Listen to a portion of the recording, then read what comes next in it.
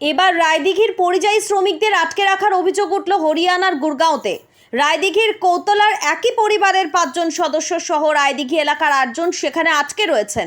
বাংলা বলার অপরাধে তাদের আটকে রাখা হয়েছে বলে অভিযোগ। কৌতলার তেঁতুলতলার বাসিন্দা রমেশ হালদার ও সুকান্ত হালদার পরিবার নিয়ে মাস 3 আগে গুরগাঁওয়ে চলে যান।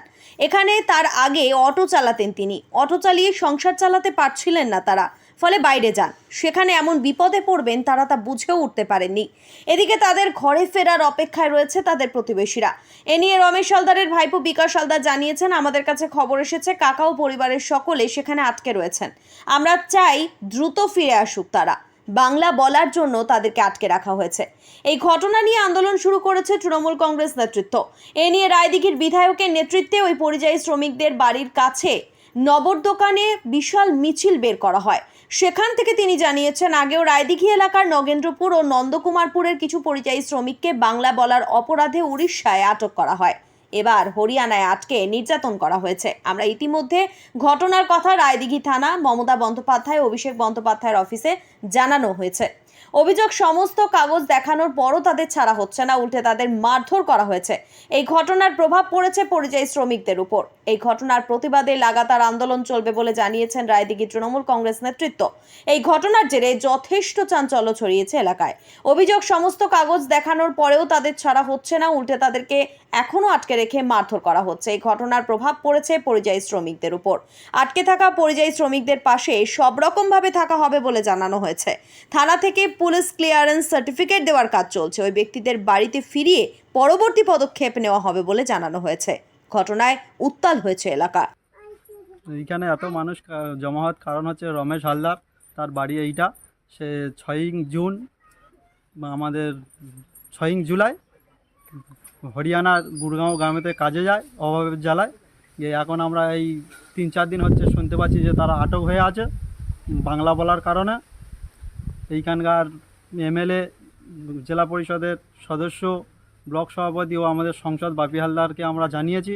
তারা যত চেষ্টা চালাচ্ছে তাদেরকে যাতে সেইখান থেকে উদ্ধার করে বাড়ি ফিরিয়ে আনা যায়, তারা যাতে বাড়ি ফিরে আসতে পারে তাদের কাছে এই আশাটাই রাখি আমি। যদি বাংলা বলা অপরাধ হয় তাহলে আমাদের কলকাতা থেকে এসেও তো অনেক বিহারি, হিন্দুস্তানি, তারা তো হিন্দিতে কথা বলছে, বা অন্য মুম্বাই থেকে, দিল্লি থেকে এসে তারা তো হিন্দিতে কথা বলছে।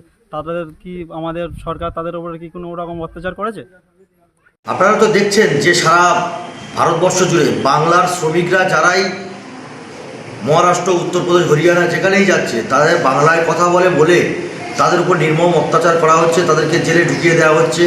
তাদের আধার কার্ড, ভোটার কার্ড সমস্ত কাগজ দেওয়া সত্ত্বেও তাদেরকে বাংলা কথা বলে তাদেরকে বাংলাদেশি তকমা দিয়ে তাদেরকে এখান থেকে ডিটেনশন ক্যাম্পে রেখে সেখান থেকে বাংলাদেশে পুশ করে দেওয়া হচ্ছে। সেই রকম আমাদের মথুরাপুর 2 নম্বর ব্লকের কৌতলা অঞ্চলের আমাদের তেঁতুলতলা গ্রামের গয়ারগদি পোস্ট অফিস আমার এলাকার মধ্যে, সেখানে রমেশ হালদার, সুকান্ত হালদার, হরিদাসী হালদার, এরা সব 4 জন দুস্থ পরিবারের মানুষজন, তারা হরিয়ানায় কাজ করতে গিয়েছিল। সেখানে তাদের উপরে পুলিশি জুলুম, দিল্লি থেকে পুলিশের টিম এসেছে এবং হরিয়ানার পুলিশ টিম মিলে তাদের উপরে জোরজবরদস্তি করছে। শুধু বাংলা কথা বলে তাদেরকে বলছে তোমরা বাংলাদেশি। হ্যাঁ, আর আমাদের নেত্রী, আমাদের বাংলার মুখ্যমন্ত্রী মমতা ব্যানার্জিকে বলছে যে Aadhaar card, voter card, ration card এসব বাংলার দিদির সব ভুয়োভাবে তৈরি করেছে। এটা কোনোদিন ভুয়ো হয় আমাদের জানা ছিল না, কারণ ভোটার কার্ড তৈরি হয় নির্বাচন কমিশন দ্বারা, সেটাই আমরা জানি। সুতরাং এখন তারা খুব খারাপ অবস্থার মধ্যে আছে। আমরা ফোনে যোগাযোগ রেখেছি। আমরা স্থানীয়ভাবে যত টাকা সাহায্য করার আমাদের রায়দিঘি থানা থেকে সহযোগিতার হাত বাড়িয়েছে তাদের দিকে। আমাদের স্থানীয় প্রধান, উপপ্রধান এবং আমাদের ব্লক প্রশাসন, আমরা সবাই মিলে কাগজপত্র রেডি করে পাঠানো হচ্ছে। আমাদের সাংসদ বাপি হালদার তিনিও চেষ্টা করছেন। নাম হচ্ছে রমেশ হালদার, আচ্ছা ছোটটার নাম হচ্ছে ওই সুকান্ত হালদার, আর জামাইটার নাম হচ্ছে গণপতি হালদার, এই গণপতি দাস, আর রূপা দাস ওর বউ, রূপা দাস, আর ওর ছেলে হচ্ছে আনন্দ দাস।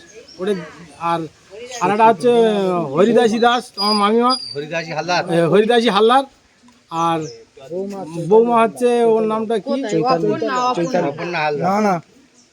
চৈতালি হালদার, বৌমা হচ্ছে চৈতালি হালদার, আর মেয়েটা আছে, একটা বাচ্চা মেয়ে আছে ওর, তার নাম শ্রুতি হালদার। মোট 8 জন।